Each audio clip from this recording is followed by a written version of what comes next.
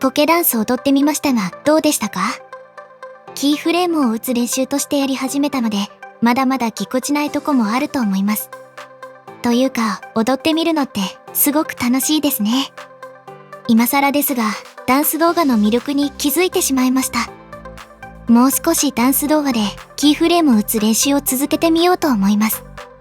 ダンスが少しでも良かったよって思っていただけましたら、コメントや高評価していただけると今後の励みになってとても嬉しいです。チャンネル登録なんてしてもらえたらさらに喜びます。ということで、ここまでご視聴ありがとうございました。